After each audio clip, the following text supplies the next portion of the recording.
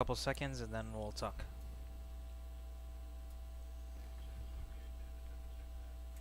All right, welcome back everybody. I believe it is the 5th stream so far for UFLY Simulator. We have a special guest today. It's a guest pilot flying alongside Claudio Texera. We're supposed to have another pilot as well, one of our instructors, but he couldn't make it tonight, so we're going to make do without him. And we have a couple of very interesting topics today. We're going to be talking about GPWS and Windshear, and you guys might be wondering what that means, and that is why our guest pilot is actually here to bless us with all his experience and talk a little bit about these topics. So, where are we guys today? Where are we starting? Hey, welcome guys, Claudio here. Phil, hello. Our captain today. We are in Vancouver, holding short on runway 08 right. So what we're going to do, we'll line up on the runway. We'll take off and we'll practice something that we would never do in real life, which is encounter mountains and what we do, what pilots do, how we train, and how we avoid terrain. So we're going to do in VMC first, which is will be visual like this. No clouds or anything, and then we do IMC, instrument meteorologic conditions. Okay. So then we will cover the whole cockpit with well, not cover the outside. We're gonna put some clouds and like a foggy day. Yeah, pretend that we're in the clouds and we can't see anything. So we're gonna demonstrate to you guys what's the correct procedure that a pilot would do to avoid terrain. Okay. And also what the 777 gives to us as a protection. So just to basically recap, we're going to show something that's out of standard procedure. So once again, we're in a simulator, guys. This is for entertainment purposes only. So none of this should be followed for any SOP. It's just for your learning experience and something, again, passing along from Phil here, from his piloting experience, how pilots deal with certain environments and scenarios. So the plan is we're going to take off. And then we're going to pause right before we reach the terrain, and he's going to answer a couple of questions, interview style, and then we're just going to freehand it from there, and maybe do a short flight as well if we have time. All right. Perfect. Okay. So, Captain, we've been clear to line up on the runway. Okay. All right. So you have controls. I have brake control. Is released. All right. Thank you. So, clear on the right. Left side is clear.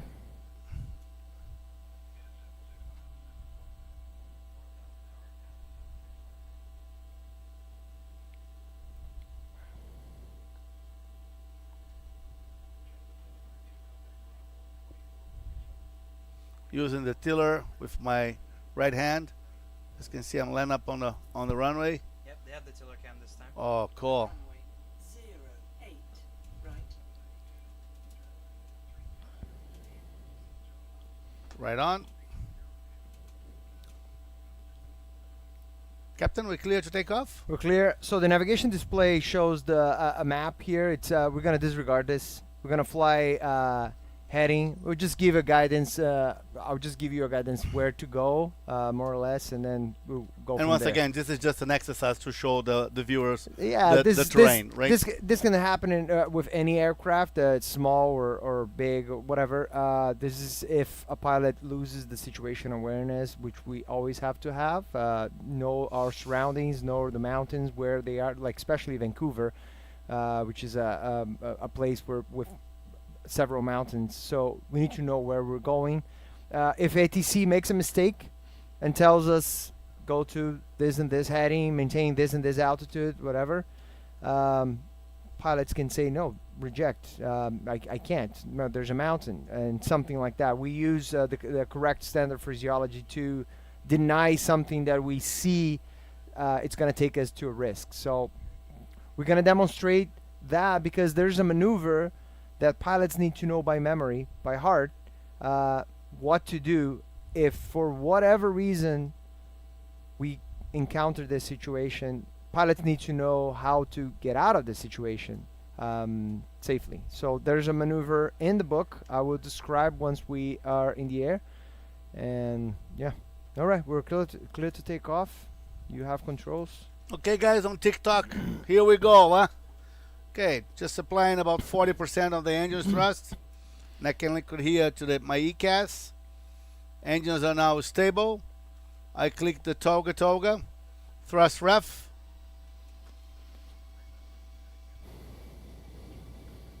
Speed alive.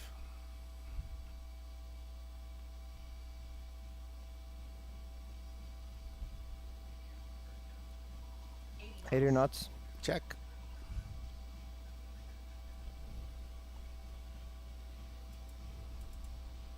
V1.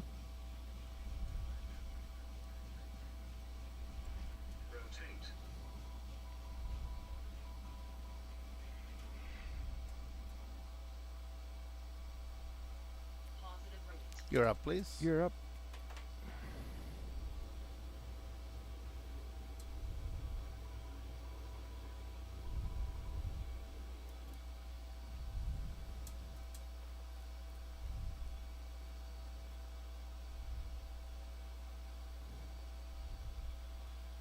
You want any modes? Yeah, flaps one for now. And let's have heading select. And you're saying you're gonna have heading select 030. Is that what we talked earlier? Yeah, we can go. I'm gonna put terrain on my side. Okay. Yeah, we can turn left heading north for 350, something like that. 350 set. So we can maintain 3,000. 3,000 coming up. So this is it's a pretend situation. ATC told us you fly, turn left, heading 030, maintain 3,000. Any pilot would be alert already by this vector because of the terrain. So the first thing that we would do is say, well, ATC, we have terrain ahead of us. Flaps up, please. We would clarify the information. We wouldn't accept. We would talk to them. But this is just a simulation, right? Okay. Okay. Terrain's ahead of us. So we can see here in the navigation display, I turn on the terrain. And if we can pause. You want me to pause it? Yeah. So in the navigation display it shows the terrain. It has several levels. You can see green, which is the lower level, yellow, amber, and red. Of course, red is the highest ones, and that's what we are aiming to go to do the avoidance. Pilots look at that. You can see outside, but we can simulate maybe IMC in the clouds. Can you do that in pause? Yeah. Okay. So let's see if this weather is good. Look at that. So that's IMC. So that's how pilots fly. We fly looking at the instruments. It can happen. 3,000 feet and you're IMC. You're in the clouds already.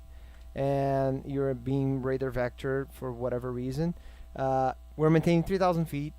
220 knots. We're clean. The gear's up. And we're going towards terrain. Let's turn it off. If we have weather mode on, we would see clouds. We would see if there's a thunderstorm or something. But for that, I have to unpause it until the system loads the weather. Yeah, okay. The weather generates a lot of load into the computers. That's why. So we wouldn't see anything. So if Claudio has his turned off, see nothing.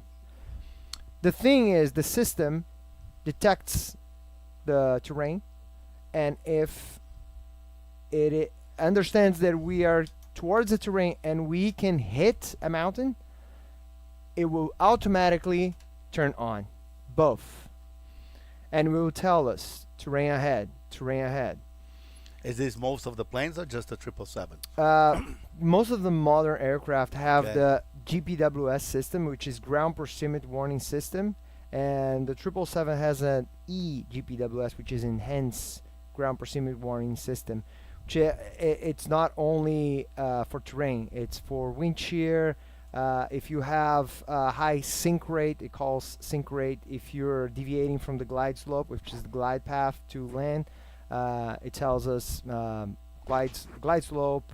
If you have too much bank angle, if you're too low with no flaps, it tells you too low flaps, too low gear, and so on. The maneuver for the GPWS is disengage the autopilot, disconnect the auto throttle, aggressively apply maximum thrust. We're not going to do that. We're not going to break the sim, but in the real aircraft and in the real simulator, that's how you do it. Aggressively apply maximum thrust.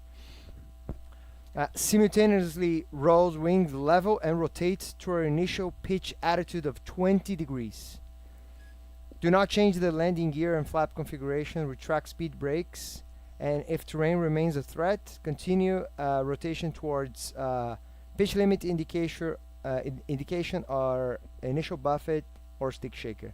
Which means if you can see with the radio altimeter we're going to see soon, decreasing, because it starts at 2500, decreasing to 1000, and it's going to go down 900, 800. If you still doing the maneuver and the terrain remains a threat, you keep pulling all the way. That's the maneuver that we do. We're not going to do aggressively, but we'll put full thrusts and we'll do the maneuver.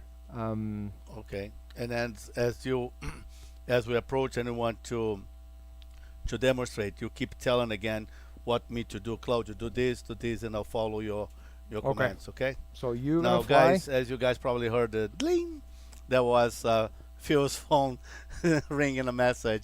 So turn phone off on the plane, please. Yeah. But this is just a simulator, right? Yeah. So that's the beauty of it. All right. Did I turn mine off? No, mine is on the TikTok right there. And Ryan's so quiet today. No, just letting you guys talk. All right. We already answered the first question, which was basically what is GPWS Yeah. and how does it enhance safety during the flight? So if you want to recap what it means again very quickly before we unpause. So it detects things like this with the inertial reference system, and it gets data from the GPS as well, where we are. So we have a database of the terrains. The good thing about this is that it detects really quick. So with the ADRU, with the inertial, you can have a drift. If you're coming from Asia, for example, and you're landing in Vancouver, throughout the flight, 10 hours, 12 hours, there's a little bit of a drift that you think you might be here and you're slightly off. It doesn't affect at all the navigation, but maybe instead of being exactly here, the computer thinks that we are here. With the GPS, it's precisely, it tells us exactly where the mountains are. So that's the enhanced GPWS system. And with that comes the other systems, the other warnings as well. I think I answered. I don't know. Yeah. Okay. Very good, very good. Any other question? Let's see. I guess a good one from personal experience, from your flying experience. Have you ever encountered a GPWS alert during your flying career? No, thank No. God, never. So this is something. Pilots don't rely on the protections ever. We never rely on any protections. We're always vigilant. We're flying, like I said. If this system was off, we still can fly. We still have to have the situation awareness where we are. Like, for example, if we're coming to Toronto, there's no mountains, but I know that there's a CN Tower.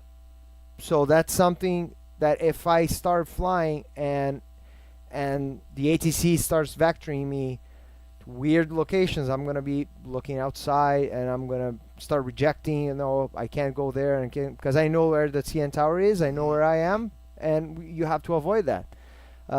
Vancouver, another example, mountains. So that's the situation awareness that all pilots have, and it doesn't matter if you're flying the 777 or a Cessna 150.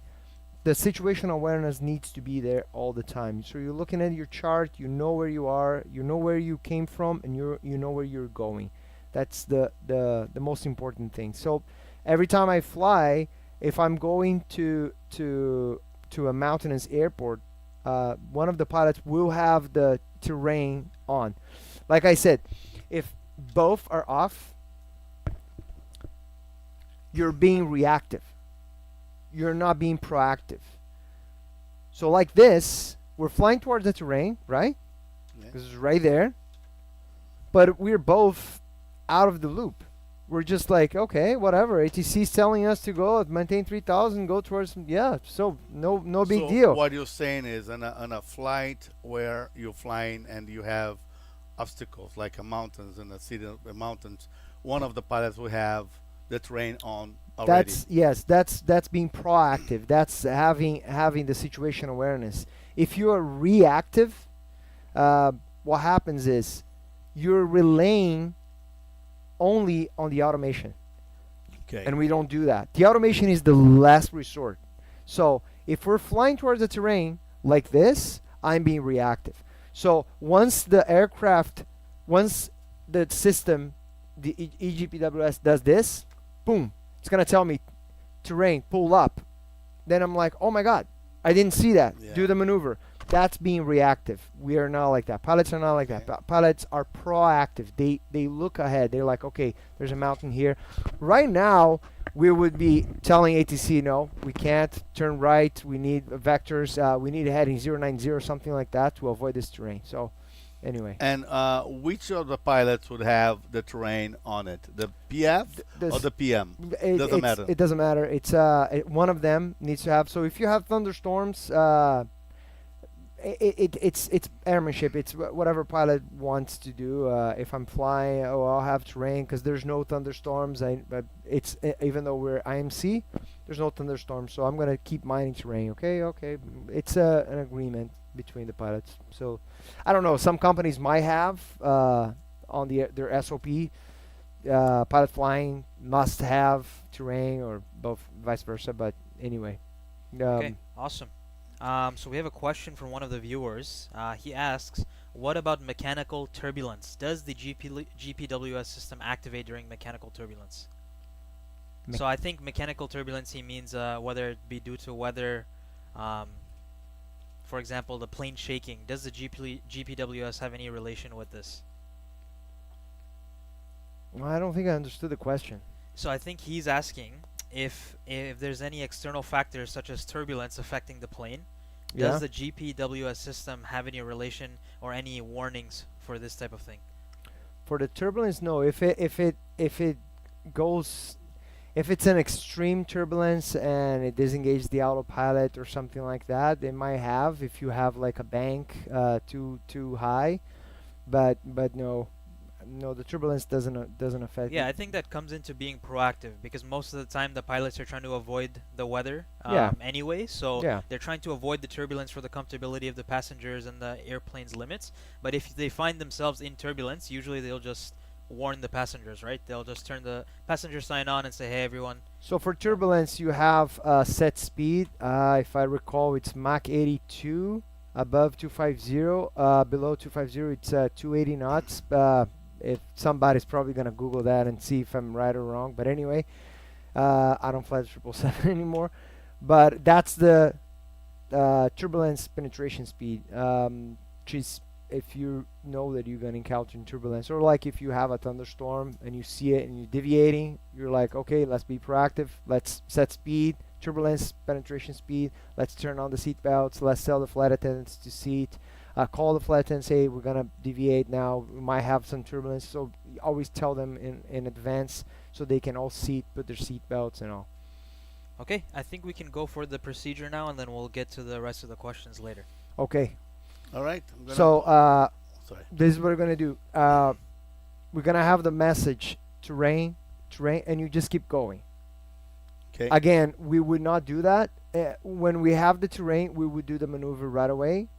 In this case, we're gonna wait, and then once we have terrain pull up, then you do it. You're gonna disconnect the auto throttle, put full power, Okay. and rotate towards pitch 20. Should be enough.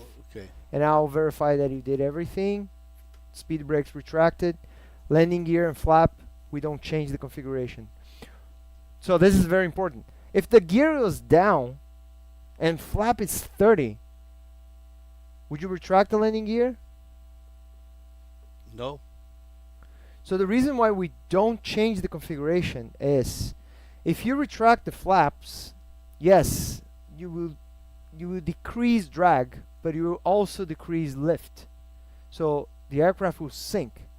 If you retract the landing gear, when we retract the landing gear, the doors open, and then you have excessive more drag, and then the landing gear retract. That's the reason why And we that don't takes, change. That takes what, 15, 20 seconds, the whole process.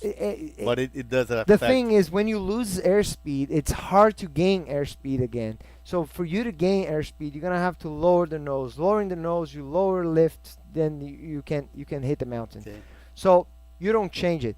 The manufacturer, Boeing and all other manufacturers, they say, just do it the way that it is, and we covered. The engines are good enough. You can get out of They're far the enough. the most important thing is the speed brake. If you're descending with the speed brake and you forget, you apply full thrust and you forget the speed brake, that can cause an accident, because then you have a lot of drag there. But anyway, we don't retract landing gears or flaps. That's the number one thing in this maneuver, and on the Windshear maneuver, we also don't retract because of the same thing.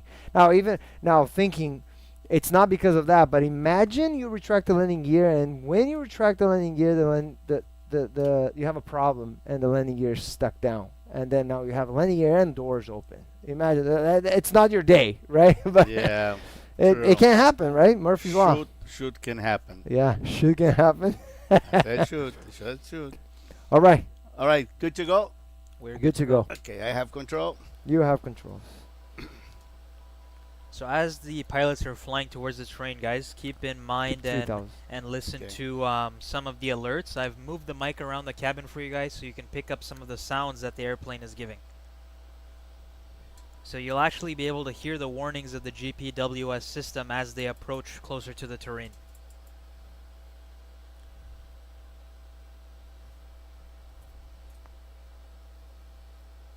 Aaron says hello from YouTube. Hi, Aaron. How are you? He said, Murphy's Law, tell the captain to leave me out of it. Funny guy. You're supposed to be here today. Miscommunication. Yeah.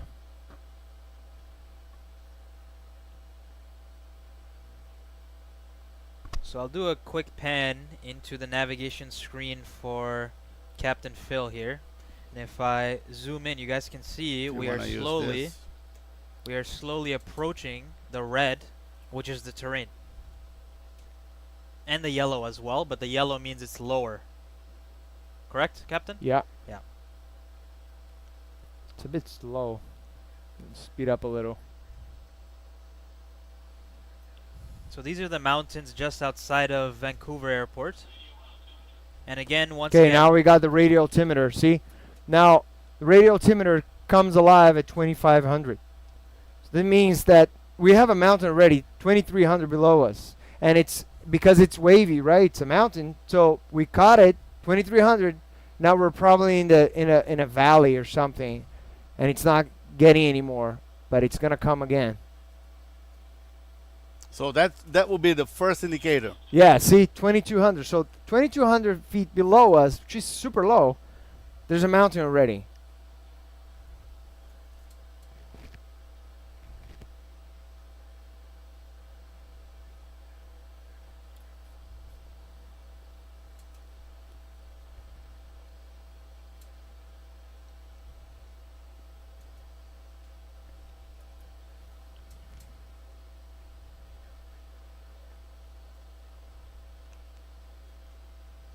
if you guys are wondering why there's nothing shown in through the windshield here, it's actually because there is weather on. So it is very low visibility for the demonstration.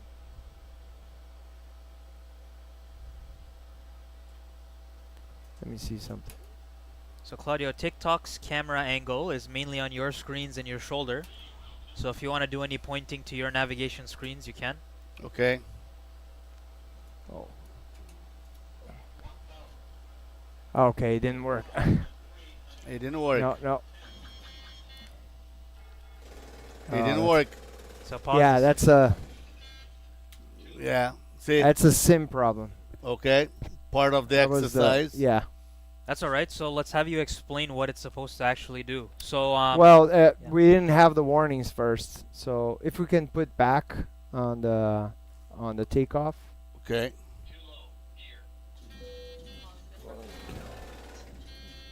Let me just reset here. So we basically had a simulator failure. Yeah.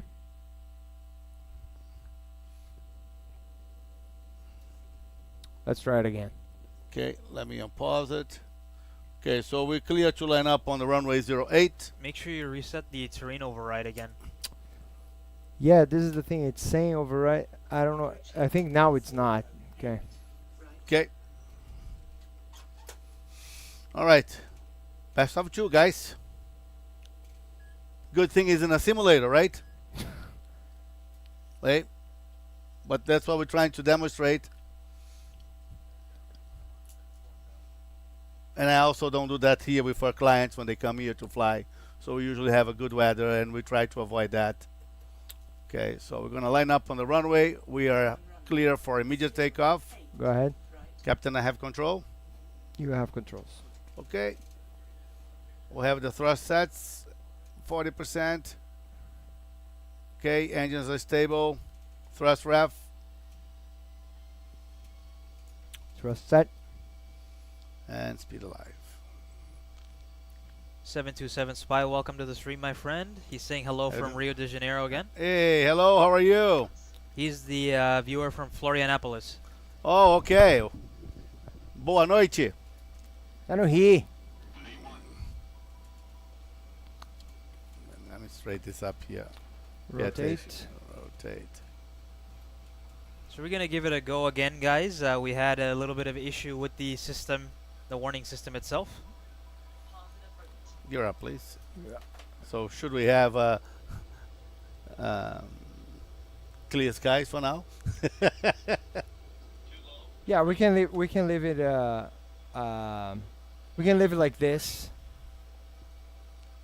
See, it's saying too low terrain now, so it should work. Yeah, it should work. now. Vertical speed. And flaps one, please. And you can add the Let's go. we're good. Let's maintain 3,000. 3000 and turn left heading 036. Okay, so as you're flying towards the terrain, we can have Phil answer a couple more questions here. Sure. So we have, I guess it's Flaps regarding training. So how is pilot training conducted regarding GPWS, and how important is it for pilots to be familiar with the system?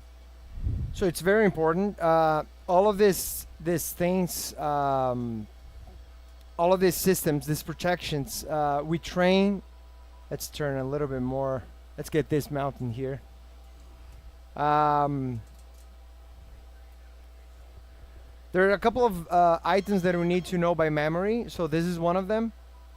And pilots need to know that all the time in their head, like the maneuver that I described. Disconnect the auto throttle, aggressive apply maximum thrust. Disengage the autopilot, disconnect the auto throttle, aggressive apply maximum thrust, simultaneous rolling at level and rotate towards initial pitch attitude of 20. That is verbatim as the book says. So I memorized it, so the maneuver is clear in my head. All the pilots that fly these big airplanes, they have these maneuvers in their head. So we train like this. We train like something like this would happen. We practice like this, and okay, let's say terrain ATC made a mistake, and we lost our situation awareness. What do we do? The worst case scenario and the last resort would be the maneuver. So let's practice to see if you can do the maneuver. So that's how much we practice. Perfect. Okay, let's see if now it's gonna work. I think it will work. So I'm gonna have mine also in terrain. I'm gonna change it to 180 degrees, And you have yours in 5 or 10. I'm gonna have mine off to see if it's gonna show up. In the real aircraft, it shows up. So let's see if it shows up You here. want me to have my off? No. Ah, doesn't matter. Yeah. So now we'll have the visual. Yeah, it's visual, right? So I just want to show you. Yeah, maybe we can turn a little bit more. No, this is good. Because I don't want you to go to the valley. I want you to go a little bit to the left. That's gonna be good.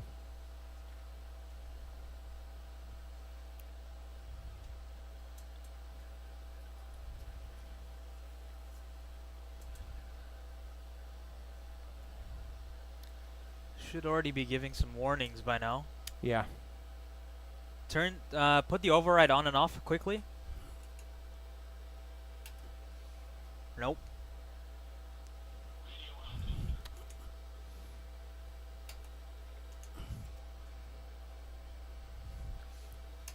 No, it's not working. Take a pause real quick. Let me.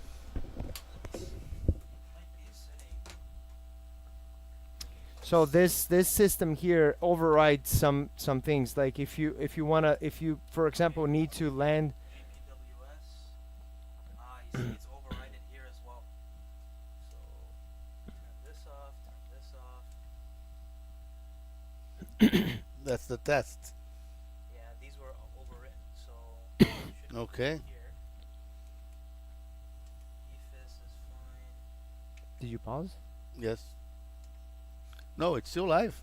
Oh, okay. It's live. They see what the problems we're facing when, pilots are. Okay, so I can talk about the ground proximity ones. So you can override a terrain. So if you're approaching an airport that has mountains all over, and you don't want this distraction, and your IMC, you can see, your VMC, you can see the airport, you can see where you're going. So let's say the runway is right there. The GPWS would be crazy calling, pull up, terrain, pull up, but you can see the runway, you can see that there's no threats. You're clear. You would override it. Let's say you're landing with flaps that it's not 25 or 30, which is the normal landing flaps. Let's say you're landing with flaps 20. For whatever reason, maybe you lost an engine, maybe you have a hydraulic problem, maybe you have a flap problem. You're landing with a flaps that is not normal configuration. So if you land with flaps 20, let's say, the aircraft is gonna be calling you too low flaps. Due So to you irregular configuration. so you press here because Override it. and you override it. So the system is gonna be like, okay, the guy knows what he's doing. He's landing with a different flap setting because of something. So the system gives us that, and the simulator is already overwritten, so it's not in a normal configuration. Okay. Yeah, so I think the reason we have these settings, guys, is obviously we're flying with a lot of you guys that are the public. So we turn off some of the warnings so that it may not scare you, and it's also not part of regular procedure to teach those things to the public. So for your entertainment purposes, we had some of the options overridden. So I tried to turn it off now. We can unpause and see and give it a go. Okay. We may need to reset again, but let's see. So you want me Yeah. to fly the heading? I don't think it's working. Yeah, it doesn't seem like it.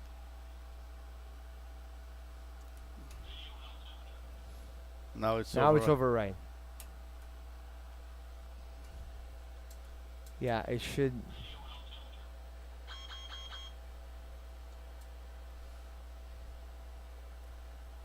Go towards this one.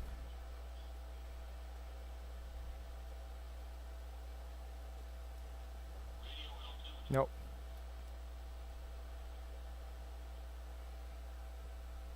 No, definitely not. It would never be like this. It will be a warning, right? We tested and it worked. I don't know why it's not working.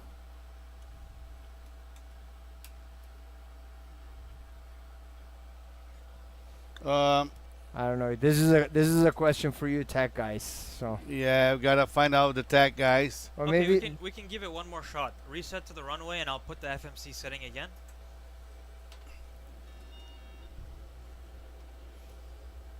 Yeah. If not, we can move on to Windshear. I just don't want to crash. I'm I just. have it. I have it. You, you have control. Okay. All right. Magic of computer. Reset. Yeah. We're gonna try it one more time, guys. Yeah. Guys, we're trying to demonstrate here, guys. Something. Let's Hey, hope you know that- what I see? You know when you go to the bathroom and you wash your hands and you're trying to wash your hands and then it's that sensor to wash your hands and it doesn't work really well? That's a faucet and it doesn't work well. Come on, this is a $1 million simulator. It's a machine, right? Yeah. It breaks sometimes. Some stuff sometimes doesn't work well. So.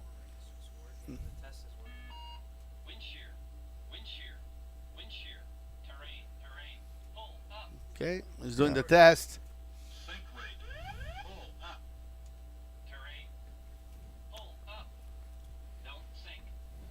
Don't sink. Stop thinking. Don't sink. Don't sink. Right? Isn't that Okay, I guess we're ready. Is that gonna go through all of it, or that's it? It's gonna do all of them. Okay. Yeah. Oh, it's doing all of them.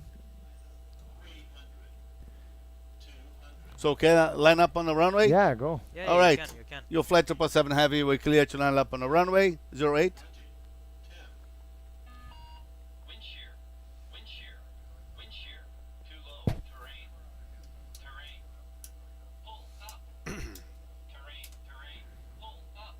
So all those sounds you guys are hearing now is actually the GPWS testing system, and it's going through all the audibles that the pilots would hear in those scenarios. On runway 08. All right, we are clear to take off again. Best of 3, I suppose. I guess. I have control. Okay, go Hey. ahead.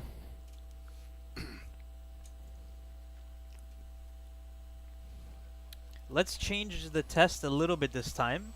How about we go a little bit higher altitude than last time and try and pitch the nose down towards the mountain terrain. Okay. See if that changes anything. We can go 5,000. Okay. Okay, 80 check.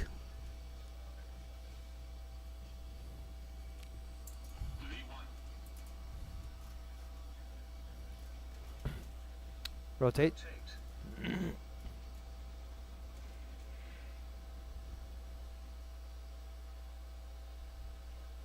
Positive rotate. Gear up, please. Gear up. And vertical speed. Heading select. And we want to go. See, now it's saying. Yeah, but it was saying the last time too.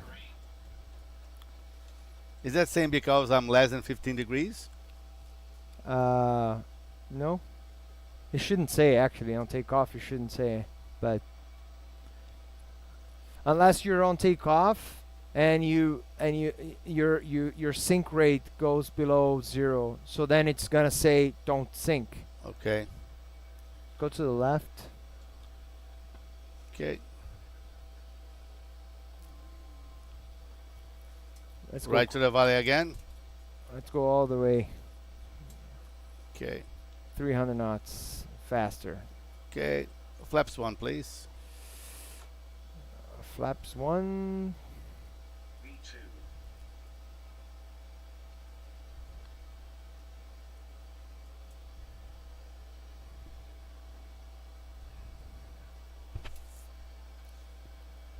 Flaps up, please.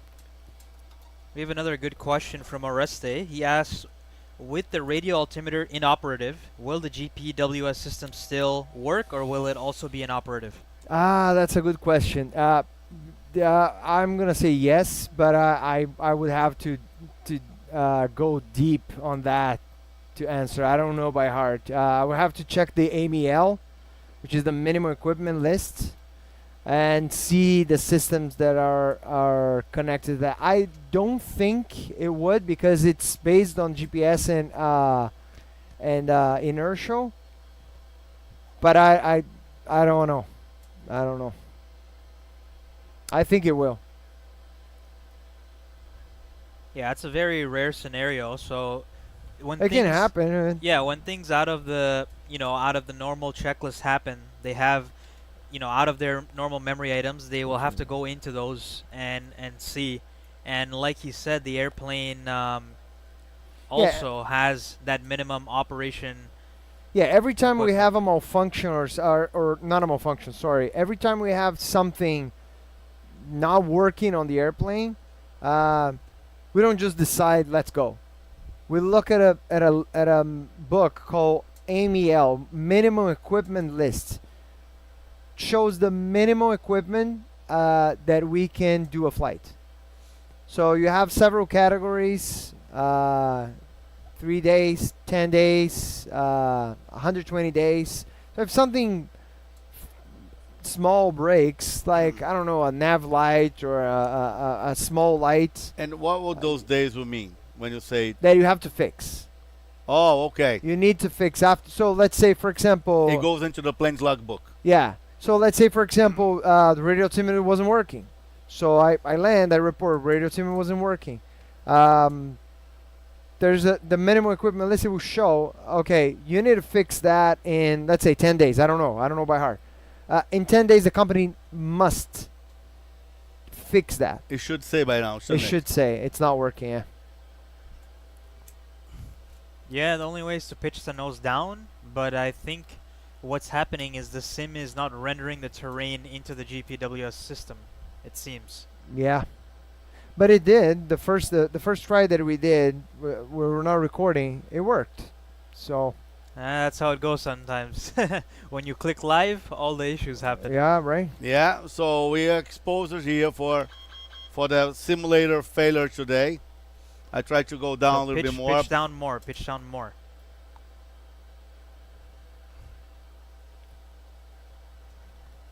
So you just got the regular altitude warning and that's it, right? Yep.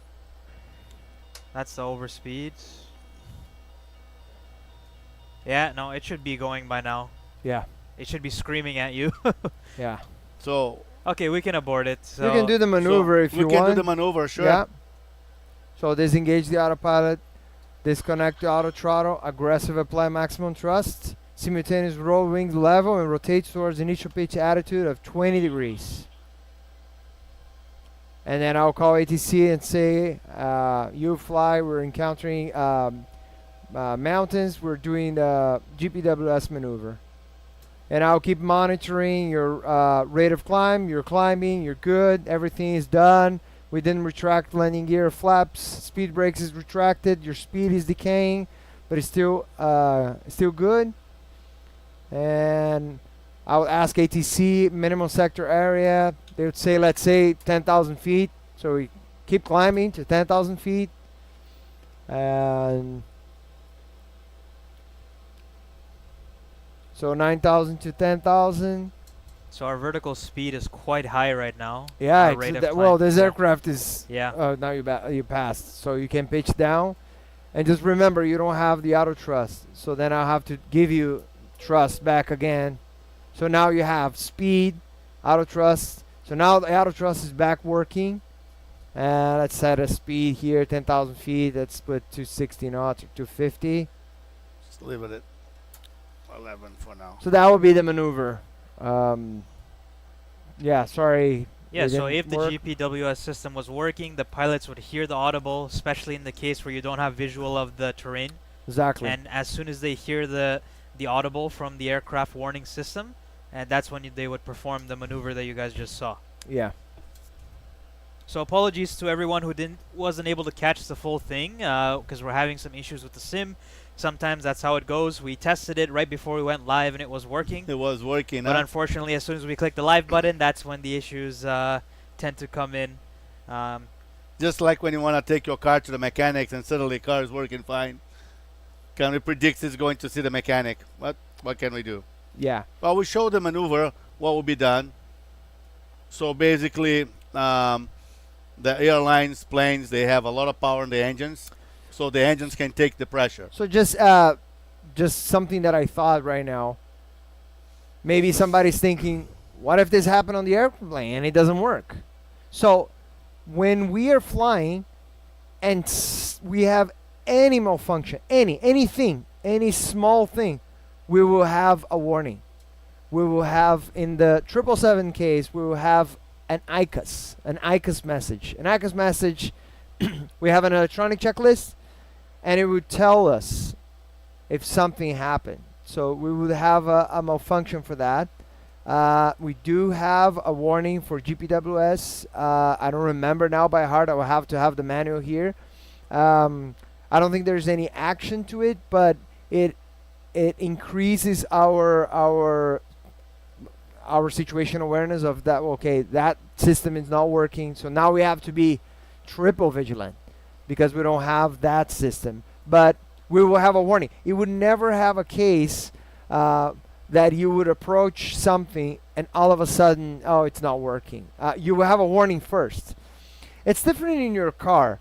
If you have a light, actually a light burning my car, and I had a message too, so I can't even use that example. But if an older car, you have a headlight that is not working, if you don't check, the cops are going to pull you over and say, hey, you don't have, your light's not working. In this case, it doesn't happen like that, right? So you have a system that will detect those malfunctions and it will tell us. So. Okay. All right. So do we want to Noted. reset and talk about Windshear now? Maybe we can go back to Vancouver and put a thunderstorm. What do you think? We fly back or we'll put it down? Yeah, We'll just fly back, yeah, right? Sure. Yes, sir. So yeah, set up an approach into Okay. Vancouver and then put the wind shear and very bad weather on. Okay, so ILS is already set, so I'm gonna extend in Tav Bubu. I'm gonna extend Bubu. Radio in, it's 263. I know by heart. We shouldn't know by heart, but I know. So what I did is I extended an infinite line over the intermediate fix called Bubu. It's a fix on the final for runway A right. And this gives, basically what it does is just gives him a guidance where the runway is. If you can't see, well, the runway is right here. So you can descend 3,000.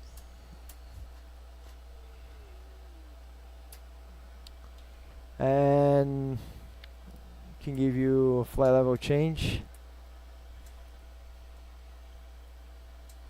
And what we're gonna do, we're gonna fly heading 170, 172, and intercept the final for runway A right. We're now 50 miles, so we're super far. Maybe we can speed up a little. Sorry, you're flying, I'm touching everything. Normally Yeah. this is not what we do. So we're going again towards terrain, so can decrease your descent. Actually, you're gonna have to maintain 10,000 to pass this. Yeah, okay. Climbing up a little. Yeah. Maintain 10,000. Flying heading 172. Yeah. Okay.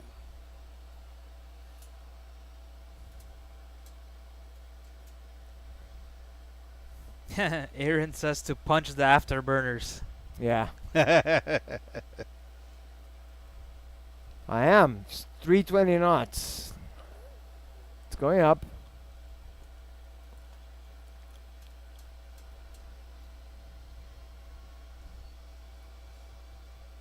And that will be given by the ATC, right? Saying that you're allowed to. Say again? And that will be by the ATC to allow you to go faster than the 250. In So case- technically, well, this is the policy. You don't go below 10,000 feet. You don't go above 250 knots. If you request, ATC can say yes, but then you have the company policy, which most of the case will say you cannot go. Some companies allow you to go. There's no problem. And then you have to ask the ATC if you can. Now, 777 is very peculiar on that because if you're taking off maximum takeoff weight in a ultra long haul flight, your clean speed might be 265 knots. So what do? Do you keep flap 1 all the way to 10,000 feet?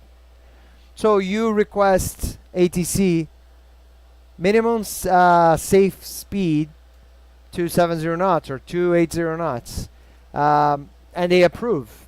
Otherwise, you burn too much gas because you have your flaps down or your slats down. With Sorry, drags. too much drag, and so if you request that, they'll say no. So on the ground, you already say a Toronto or whatever To you're taking. expedite. Minimum safe speed on our climb is going to be 270 knots. They're like, okay, approved. So once you reach your acceleration altitude, you can accelerate to 270 knots or 280 knots, whatever you told ATC, and then you can retract your flaps. And that would be what, about 3,000, 4,000 maybe? More or less, yeah. Yeah, okay. So the acceleration would be thrust reduction and acceleration is 1,000 feet AGL. So in Toronto will be 1,500, right?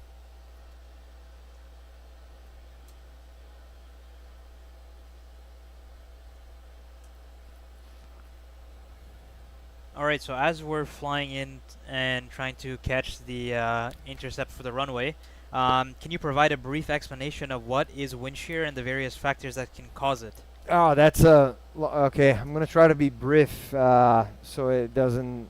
So wind shear, the name says wind. It's a shear of wind. It's a variation of wind, and it's caused by a thunderstorm, a massive thunderstorm. So when you see a massive cloud, a massive thunderstorm, you can actually see from your house, or if you're driving, you can see the clouds. And you can see a downdraft of water, just pouring water over a city.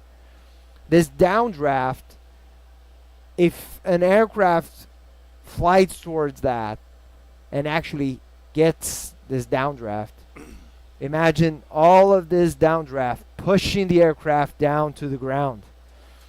So when you're approaching a thunderstorm, you're gonna have headwind because of the downdraft. When you are under the thunderstorm, you're gonna have your wind's it's gonna decay, consider like a lot, and you're gonna have your rate, you're gonna have a sink rate, and then when you pass that, you're gonna have tailwind, which is going to decrease even more your performance. So the inertial reference system detects these variations and alerts us, tells us. The 777 actually gives us a path. Maybe we pause so we can put the thunderstorm. So let's say we're flying here. It needs to be a lower altitude, but let's say we're flying here and there's a thunderstorm here. So the runway is here. Let me do this. Okay, so the runway is here. A right is here. Let's say we have a thunderstorm right here.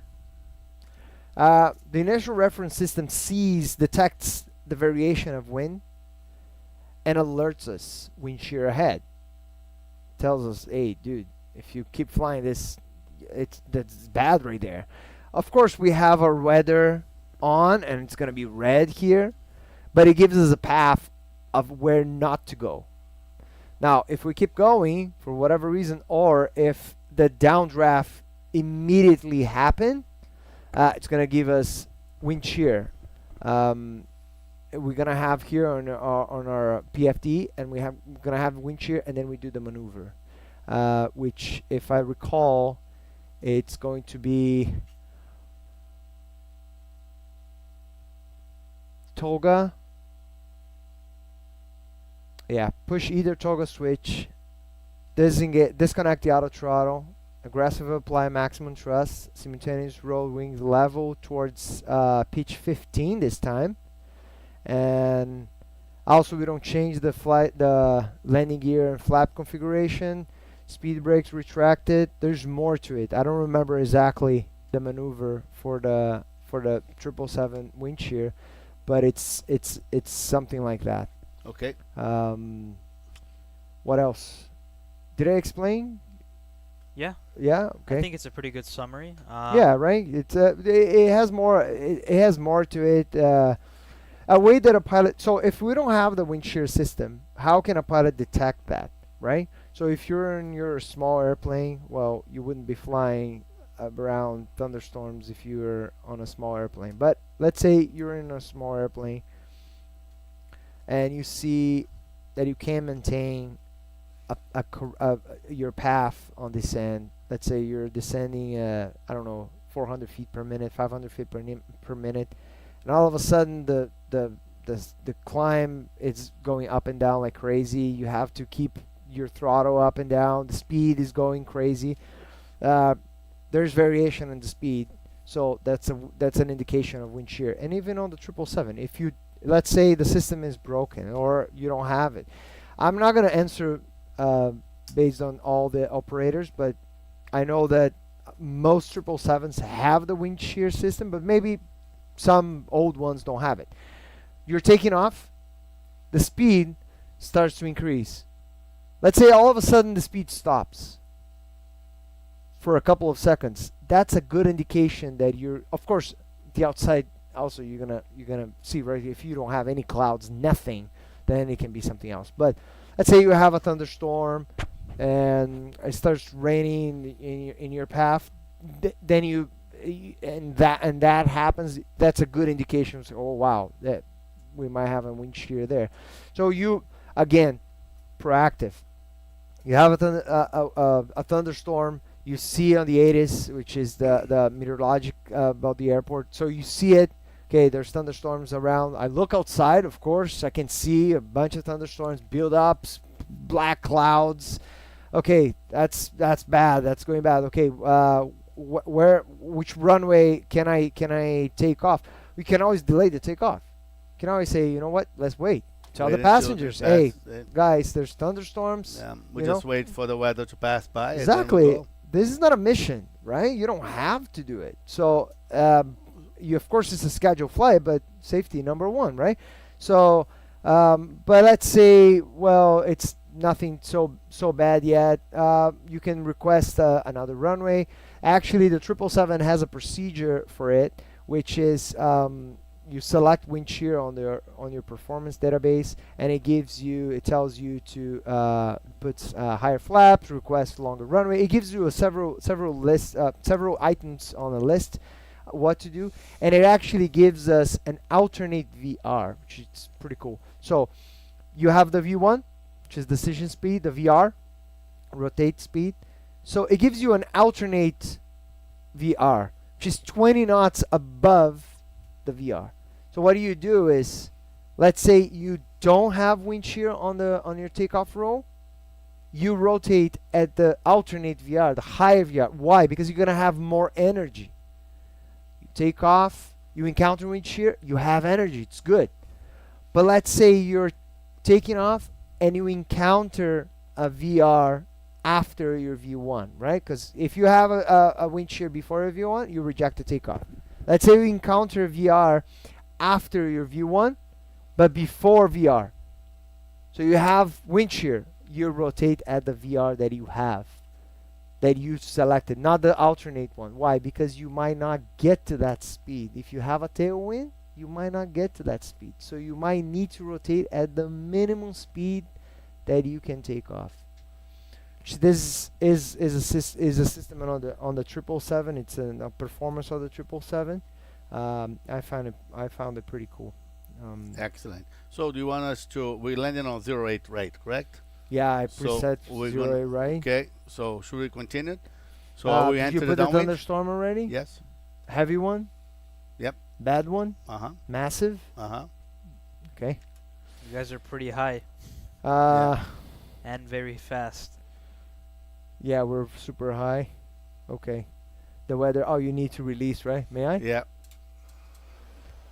Okay, you can go down then 3,000. 3,000 set. Thank you. Flight level change set. Oh, we gotta get over speed. So you can start turning towards Boo Boo. Okay.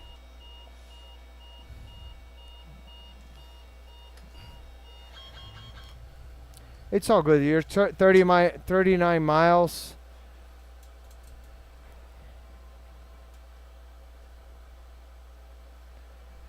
So the math that we do, it's times 3. So 3,000 feet to 9,000. Okay. Okay, so this is what we do. 3,000 feet to 9,000. So that's 7 times 321. So you're 37 miles to Boo Boo, so you're fine. Sorry, 6,000 feet, right? 10,000, 7, 9,000, 6, so 18. And now,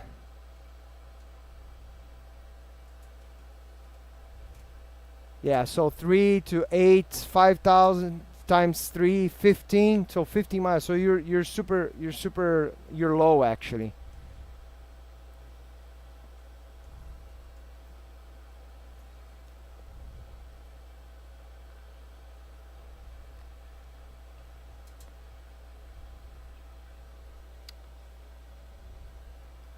So I can't adjust the tilt here for whatever reason. Yeah, this is one of the things on the list.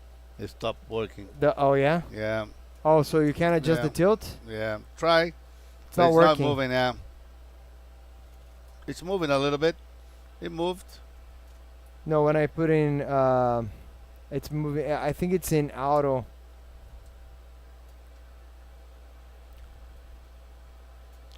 So see, in Bubu you have to be at 3,000 feet. So 6 minus 3, 3 times 3, 9 miles. So you're at 30 miles. So you're super low. You're low. You can. So can- set to You the can. hold then. Yeah, you can decrease your descent rate like maybe 1,000 feet. that- Yeah. Keep it 5,000 for now. Select 5,000 feet. And we you can keep. Yeah, you pass the localizer, so you I'm can. following the flight director, Captain. Okay. I'll guide you.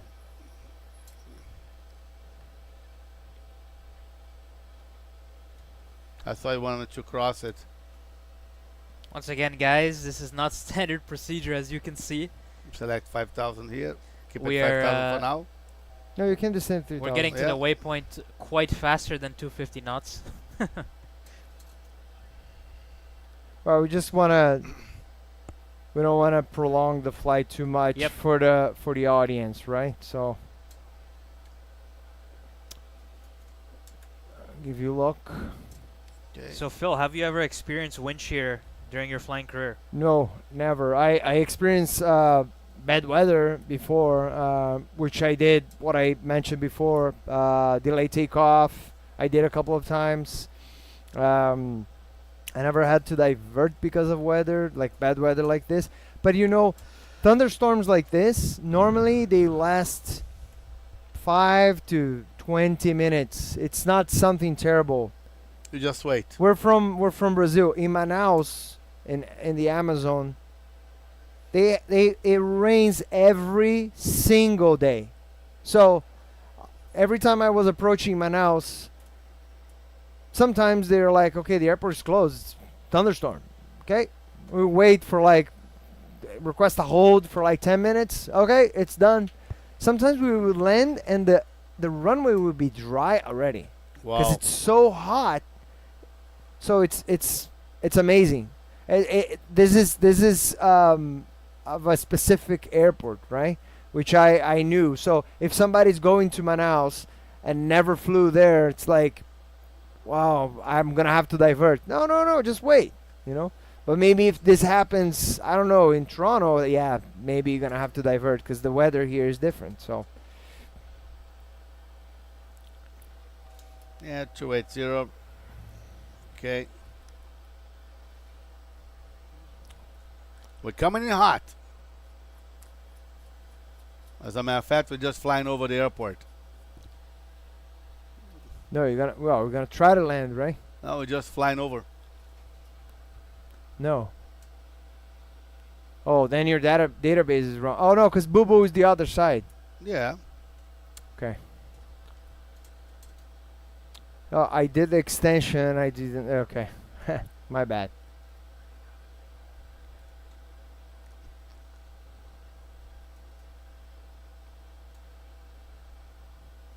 Okay, let me do this. And 263. That was-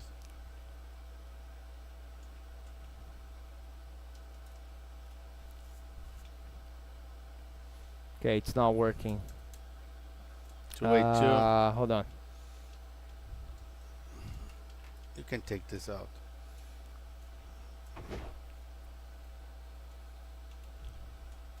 There you go. Got it?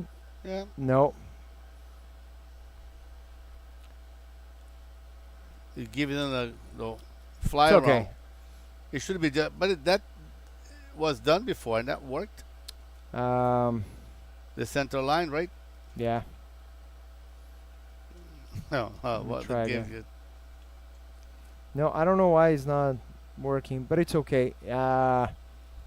You can keep going. I'm gonna turn on Boo Boo, right? So we're already at 3,000.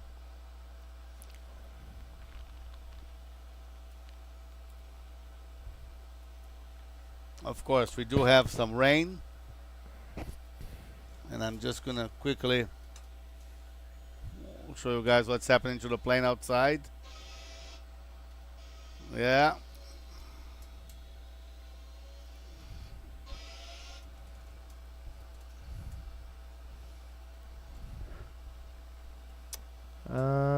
Let me do something here. Boo boo. 08. No. So this would be.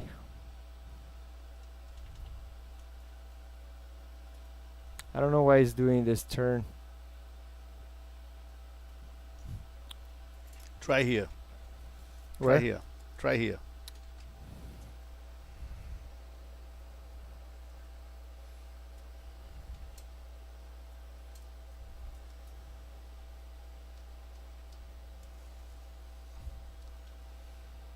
Doing the No. same.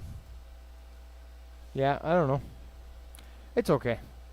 We're gonna go to Boo Boo, right? Yeah. So we're now 6 nautical miles away from it.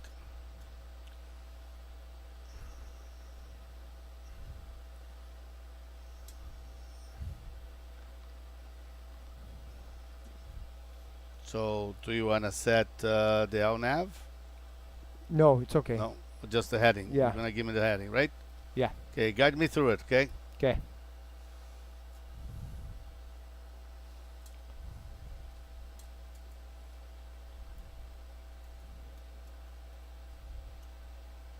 Hello, Corey. How are you? Welcome to the stream. Hey, Corio, how are you guys? Concentrate here. We have a caution lights on. Recall, no recalls. We're good. Okay, you can descend at 2500. 2500. Gonna reduce you.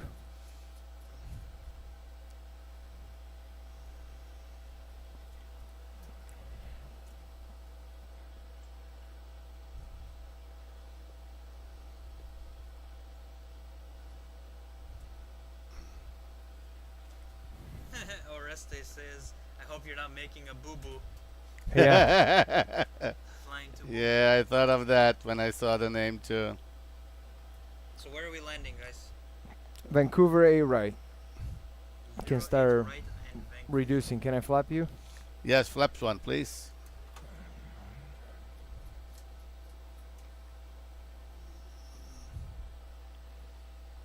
Gonna put the localizer on. I will. Hold on. Okay. Keep turning. We are located in Mississauga, Ontario, and you can find our location on So- UFLYSimulator.ca or give a call. Keep turning. Keep turning. I am. You're good. You're good. Yeah. I know. That's what my mom tells me. Okay, I'm reducing more. She used to save though. Okay, 180. Flaps 5, please. So normally intercept the localizer at 180 knots. Okay. We're Okay, a little localizer bit live. higher.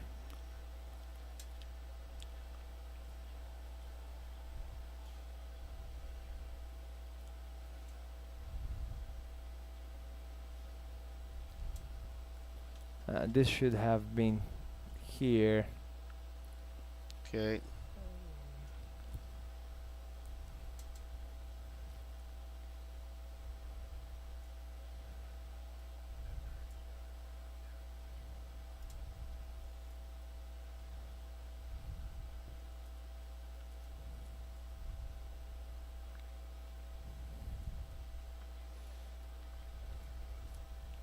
How long left to land? We are on final right now, and we just intercepted the localizer, and we're about 8 nautical miles out. Yep. Now I don't know if you're gonna have the wind shear warning. I don't know how bad the thunderstorm you put. Did you put like massive? Like Yeah. It's 20 knot winds at 344 degrees, so it's not. I mean, the 777 can handle it pretty well. yeah, but yeah, I would like to have the warning. But anyway, So we're still at 24. it's still good. Still, and we flew over the airport, so we saw it how it was. But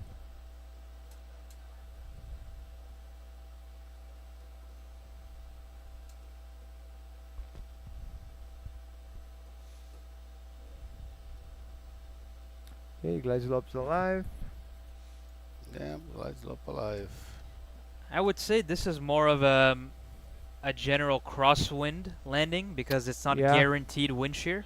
Yeah. There is procedure for crosswind as well.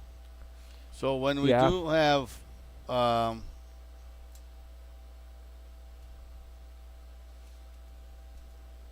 this kind of weather that I just put it in, wind shear comes up all the time. Oh yeah. Yeah, all the time. Okay, that's cool then. So we can do the maneuver. Glide slope, missed approach altitude set Okay. 2000. Gear. Okay, gear down and slow us down to Flaps 20. 20. So what we can do as a technique for the approach, we can set flaps 25 instead of 30. Okay. It gives us more energy, you know, less drag, and the aircraft comes a little bit, the speed is higher. So instead of 139, we come with 144, 149, and you can even add to 150. So Okay. So flaps 25. flaps 25. And view- speed set.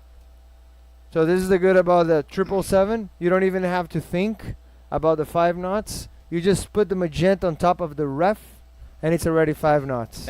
So the VREF is 144. VAP would be 149. It's already set. You don't even have to look. Of course, it's 5 knots, but I'm gonna add 1 knot here just to be safe.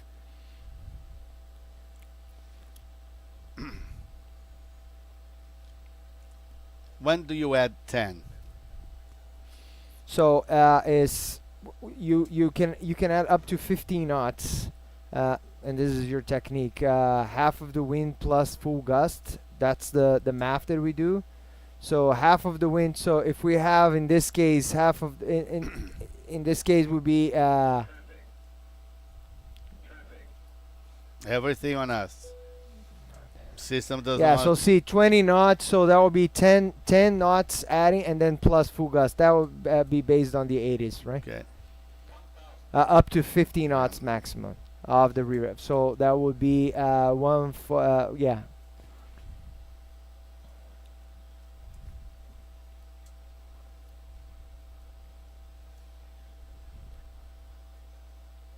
I see the runway. Yeah, we can add the full 15 knots. So if you increase the final landing speed, does this mean that the aircraft touches down harder or quicker compared to normal speed? It would be, I believe it would be the same touchdown. The only problem would be the distance, right? So you increase the landing distance. So you have to consider that on your landing calculation.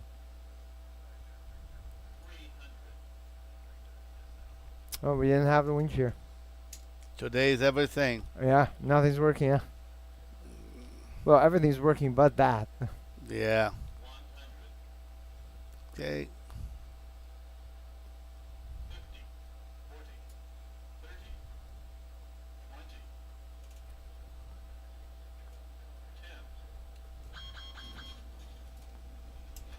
Beautiful. Oreste says, looks like Claudio's under pressure. Well, he buttered the landing pretty much. Yeah, that was good. Reverse Oh, up, look at the. reverse normal. Okay, reverse thrust.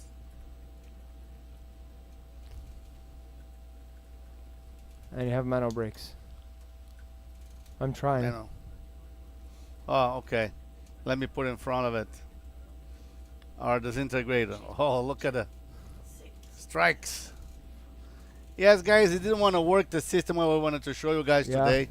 We're gonna try this But at again. least we talked about it.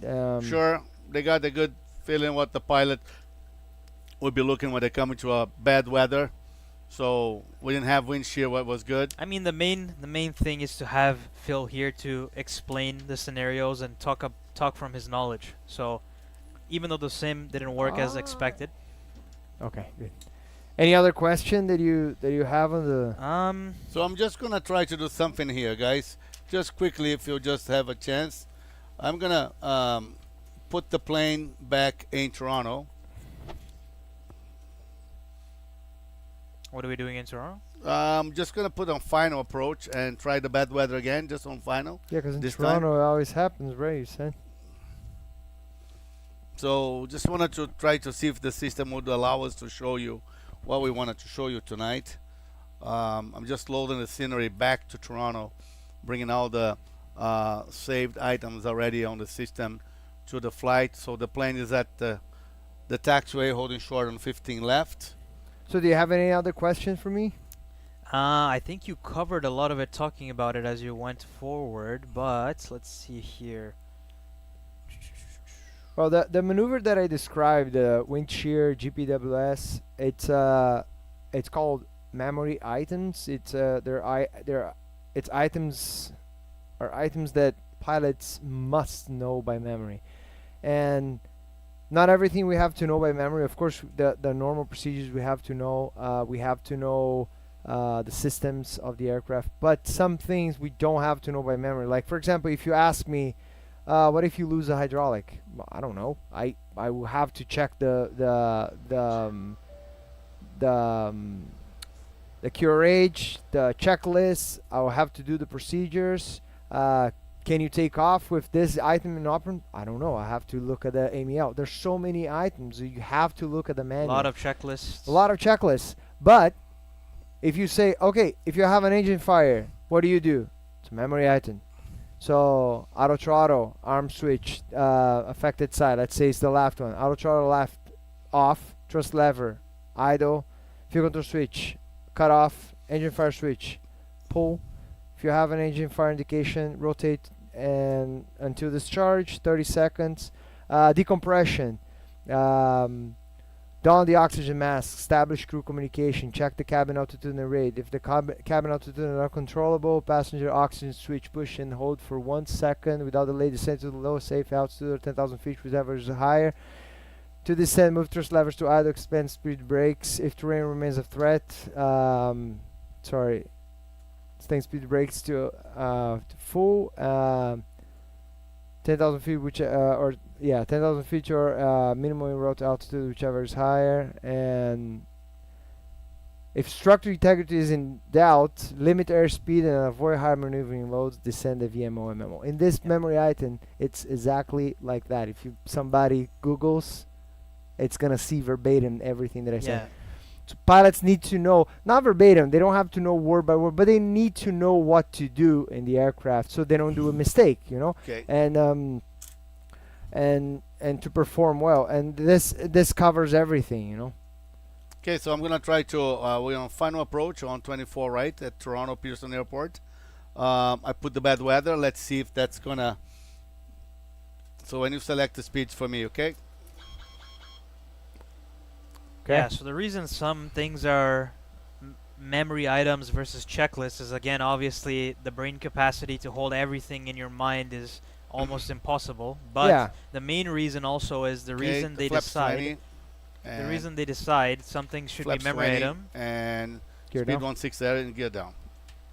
Yeah, so the reason people decide what should be memory item and what not is depending on the reaction time of what needs to be done. So Exactly. the Yeah. engine fire or an engine failure or some depressurization is something that you need to handle very fast and immediately. Exactly. Otherwise, you're gonna have very bad Wind shear, repercussions. stall, So, upset recovery, Okay. GPWS. You can't open a book and be like, flaps oh. 25 and set speed set for 25.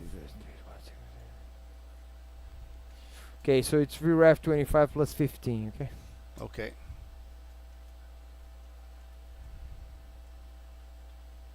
So we have a tailwind this time. Yep. So then that's good. No addition then. Doesn't seem like we're getting wind shear though.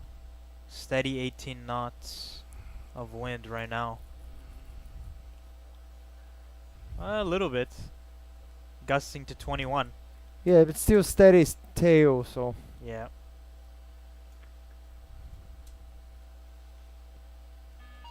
Here we go. all right. Here we go. Okay, so Toga. Toga. You see Toga here. You disconnect the auto throttle, full thrust, pitch 15, and you remain that. You just stay like that. And I keep telling you, okay, you're climbing. Okay, your speed is good. And UFLY, we're going around due to wind shear. Just maintain runway heading. Don't turn. Keep climbing. Okay, looks like you're off of the wind shear, so you can pitch down, power back, and not all the way. Pitch down to 10 No, degrees. keep the speed up.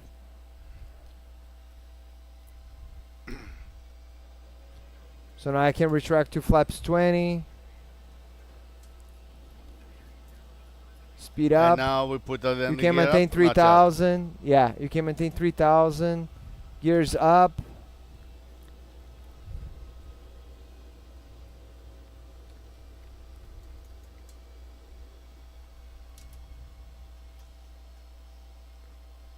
And Oh, you can flaps- descend. Yeah, you can descend now. Flaps 15. Oh no. Okay, let the speed go up a little. Okay. Keep going down. Okay. Flaps 5. When the speed passes, then we can flaps 1. Flaps 1. Okay.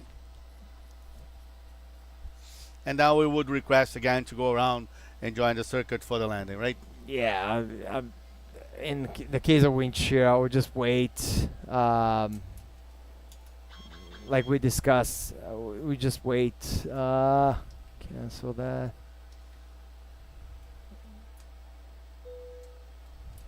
Oh, that's the problem. Okay. Okay. Oops. All Okay. right, now we have speed. Okay. Yeah, I don't know. In this case, I wouldn't do another approach right away. I'll wait a little, check the weather, check my alternate, check my fuel. Okay, it doesn't look good. I have a lot of fuel. How is Buffalo? In case of the 777, I wouldn't go to Buffalo. But I was like, how's Ottawa? How's Montreal? How's Hamilton? You know, the airports around.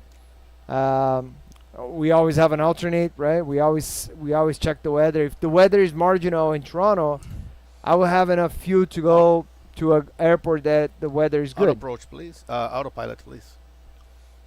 Yeah, so Awesome. even though I wasn't the pilot, I was actually a passenger in one of the flights. It was an Air Canada flight coming in to Toronto, and it was last winter. So there was a snowstorm with wind shear, and we were pretty close. I would say maybe 1,000 feet from the runway, but the pilot decided to abort, and because the weather wasn't passing quick enough, we diverted to Ottawa, Yeah. and the plane stayed there overnight in Ottawa. So. Okay, so the weather was bad. It was pretty bad. And we did I think a holding pattern for almost 20 minutes, and then they tried to approach the runway again, and they decided it wasn't safe enough, so then we diverted. So Yeah. at the end of the day, it's all about safety. Uh-huh. So as Yeah. as a passenger, you may get mad and Yeah. think about so many things. Oh my God, the pilots are not landing the plane. I'm gonna have to stay in another city. But they always prioritizing your safety over everything else. So you have to trust them to make the best decision. Exactly. I don't think there is another profession that you are on the same scenario as the other people. Like a doctor is performing a surgery, it's if he doesn't get affected by that, whatever he does, whatever decision we make affects the passenger and affect us too, right? So we always look for the safety. We always look for the best course of action. We use our knowledge, our airmanship, everything that we know, for the best, to aiming always the best course of action, right? The safest Yep. course of action. So Claudio, I think we can actually pause get up it? and finish up here because we're approaching an hour 30 for the stream. okay. Okay. So we can just do our concluding statements here. So yeah, See if we'll hopefully. do it. Now we did it. I did. Yeah.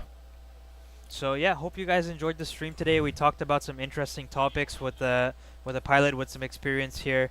As you Phil. guys know, we're a simulator, so usually the pilots that we're flying with, Gabriel and Claudio, who is still on the cam today, we have a lot of flight sim experience, but sometimes we're not able to relate to the real life pilot 100%. experience. So hopefully you guys learned something from Phil today. He explained a lot about the procedures that he does regarding memory items and some of the things that he has to follow in case of running into a scenario like that, which we always pray not to have scenarios like this and always have a smooth flight. So yeah, we covered GPWS and Windshear, and hopefully we'll have more guests like Phil to come on the show and talk about some more interesting topics. If you guys want to come and fly with us in the sim, it'll be you can check out UFLYSimulator.ca, and on there we have the address and the phone number as well. If you want to phone in and book that way as well, you can. And we still have the little graphic on the top left of the screen, which is Haven on the Queensway. So if you guys want to donate to them for a good cause, you can. That'll be great. Thank you. And we are Yes. currently running our Let's slow Christmas down to promotion. 180 and flaps 5. 180 and Okay. Flaps 1.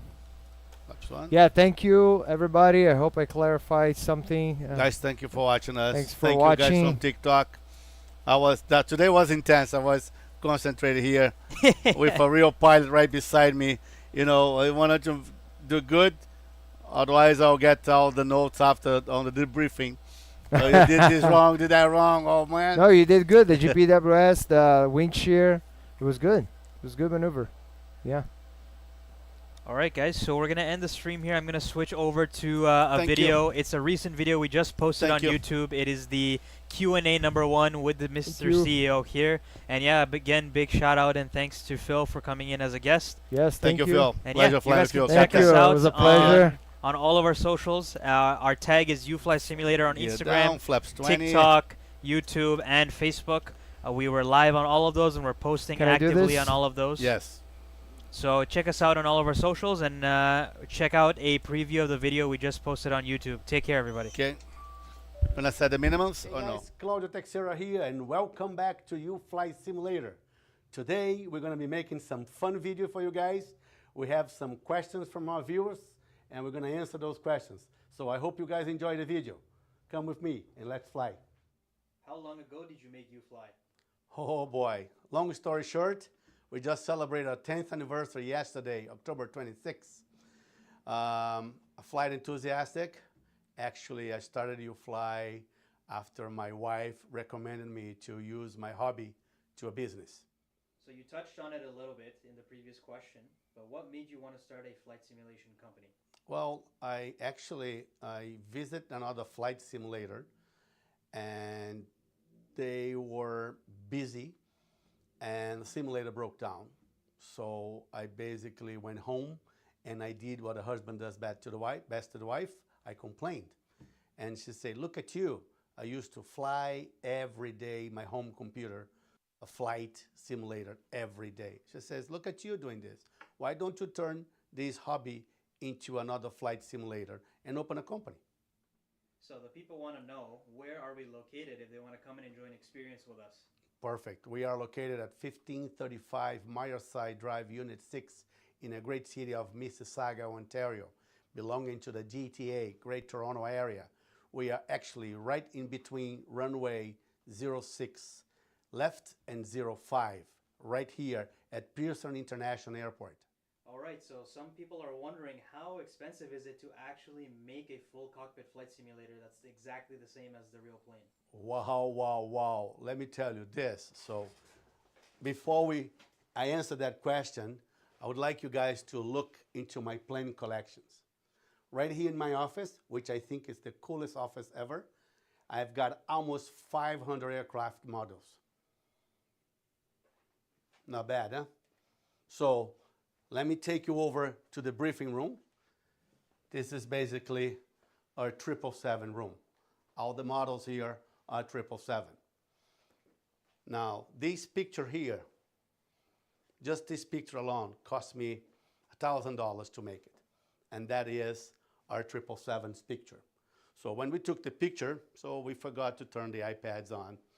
We forgot to turn the last CDU on. But it's not perfect, but it's there. However, a 777 flight simulator depends how much money one invests. Okay, this is a nice replica. It's done here in Canada. And with other programs, that simulator is running in 3 different computers.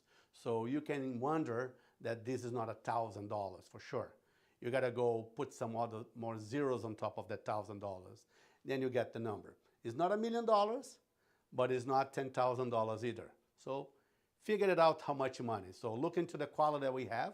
It's a fixed base simulator, but depending if you wanna spend $2 million, you get $2 million to spend, buy a simulator. So Amanda asks, my son is only 7 years old. Can he come and fly the simulator? Yes, he can. So that's why we offer an instructor to be right beside him to guide him through it. So people are wondering, do you need experience to come and fly the sim? No, you don't. You can be zero experience or a pilot experience.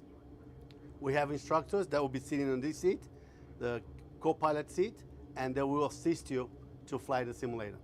All right, so someone is wondering, what happens if they're in a wheelchair? Can they still come and fly? We are wheelchair accessible. We have a ramp to the sim, and the person can get close to the seat and just change to the seat. Okay, last one's a fun one. What is a couple things that you would say are the favorite part of your job? Well, seeing the excitement of people come inside the simulator and looking at it and they say, wow, amazing. Wow, so many buttons, so many switches. How do you know all this? Wow, that's amazing. That's a very cool job. And then after seeing our excitement, after the flight, seeing that they actually could fly the simulator and enjoy it and learn something.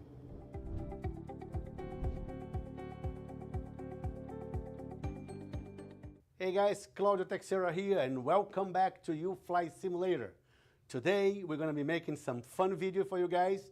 We have some questions from our viewers and we're going to answer those questions. So I hope you guys enjoy the video. Come with me and let's fly. How long ago did you make UFLY? Oh boy, long story short, we just celebrated our 10th anniversary.